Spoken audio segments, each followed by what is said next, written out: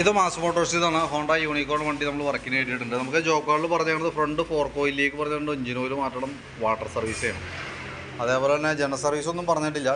നമുക്ക് പറഞ്ഞേക്കുന്ന വർക്ക് ഇത് മാത്രമേ ഉള്ളൂ, ഫോർക്ക് ഓയിൽ സീലും അതേപോലെ എഞ്ചിൻ ഓയിൽ മാറ്റാൻ. ഫോർക്കിൻ്റെ ഭാഗം നമ്മൾ ചെക്ക് ചെയ്യാനായിട്ട് അയച്ചിട്ടുണ്ട്. ഓയിൽ സീൽ ലീക്കായിട്ട് നമ്മൾ ചെക്ക് ചെയ്യാൻ വേണ്ടിയിട്ട് അയച്ചാണ്. ഓയിൽ സീൽ അയച്ച് മാറ്റാൻ വേണ്ടിയിട്ട് നോക്കുന്ന സമയത്ത് നമുക്ക് ഈ ഫോർക്ക് പൈപ്പ് ഉണ്ടല്ലോ, ഈ ഫോർക്കിൻ്റെ സ്റ്റീൽ പൈപ്പിന് ഓൾറെഡി കംപ്ലയിൻ്റ് ഉണ്ട്. ഞാൻ ഈ മാർക്ക് ചെയ്തേക്കുന്ന ഭാഗത്തേക്ക് ശ്രദ്ധിച്ച് നോക്കിയാൽ ഒരു ചെറിയ കുത്ത് പോലെ അതിനകത്ത് കാണുന്നുണ്ട്.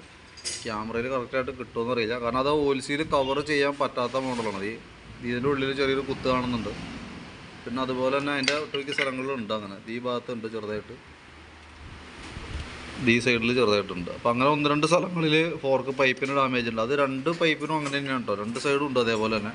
അപ്പോൾ നമ്മൾ ആ ഓയിൽ സീൽ മാത്രം മാറ്റിയിട്ട് കാര്യമില്ല, ഫോർക്കിൻ്റെ ഈ സ്റ്റീൽ പൈപ്പ് അടക്കം മാറ്റിയാലാണ്, ഫോർക്ക് പൈപ്പ് മാറ്റിയതിന് ശേഷം ഓയിൽ മാറ്റിയാലാണ് നിൽക്കുള്ളൂ കേട്ടോ. പിന്നെ അതേപോലെ തന്നെ ഫ്രണ്ട് മൺഗാർഡിൻ്റെ ബ്രാക്കറ്റ് ഒടിഞ്ഞു പോയിട്ടുണ്ട്. അതിൻ്റെ ഉള്ളിൽ മൺഗാർഡിൻ്റെ ഇതേപോലെ ബോൾട്ട് പിടിപ്പിക്കുന്ന സൈഡുണ്ട്, ഇപ്പുറത്തെ സൈഡ് അത് തുരുമ്പിട്ട് ഒടിഞ്ഞു പോയതാണ്.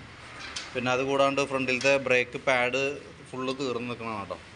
നിലവിൽ നിസ്സാരം കൂടി ഉള്ളൂ, 2-3 ദിവസം കൂടി ഓടിങ്ങി ഉറപ്പായിട്ടും ഡിസ്കിൻ്റെ ആ മെറ്റൽ കയറിയിട്ട് പ്ലേറ്റുമ്പോൾ പിടിക്കാൻ തുടങ്ങിയാണ്. ആ ഒരു അവസ്ഥയിലാണ് ഓടിക്കൊണ്ടിരുന്നത്. അപ്പോൾ ബ്രേക്ക് പാഡ് മാറണം, മൺഗാർഡ് മാറണം, മൺഗാർഡ് ബ്രാക്കറ്റ് മാറണം, അതേപോലെ ഫോർക്ക് പൈപ്പ് വിത്ത് ഓയിൽ സീൽ മാറണം കേട്ടോ. പിന്നെ എഞ്ചിൻ ഓയിൽ മാറുന്ന കേസ് പറഞ്ഞിട്ടുണ്ട്. അപ്പോൾ അത്രയും കേസാണ് മെയിനായിട്ട് പറഞ്ഞതാണ്. അതിന് ശേഷം വാട്ടർ സർവീസ് പറഞ്ഞിട്ടുണ്ട്. അപ്പോൾ ഞാൻ അതിൻ്റെ ഏകദേശം ഒരു എസ്റ്റിമേറ്റ് ആക്കാം. അതിൻ്റെ ഡീറ്റെയിൽസ് ഒന്ന് വാട്സാപ്പിലേക്ക് ഒന്ന് സെൻഡ് ചെയ്തിട്ട് കേട്ടോ. അപ്പോൾ വീഡിയോ കണ്ടതിന് ശേഷം നോക്കിയിട്ടൊന്ന് റിപ്ലൈ ചെയ്യണം. കാരണം നമുക്ക് റിപ്ലൈ കിട്ടിയിട്ട് അതിൻ്റെ പെർമിഷൻ കിട്ടിയാലാണ് നമുക്കതനുസരിച്ച് ബാക്കിയത്തെ വർക്ക് ചെയ്യാനായിട്ട് പറ്റുള്ളൂ.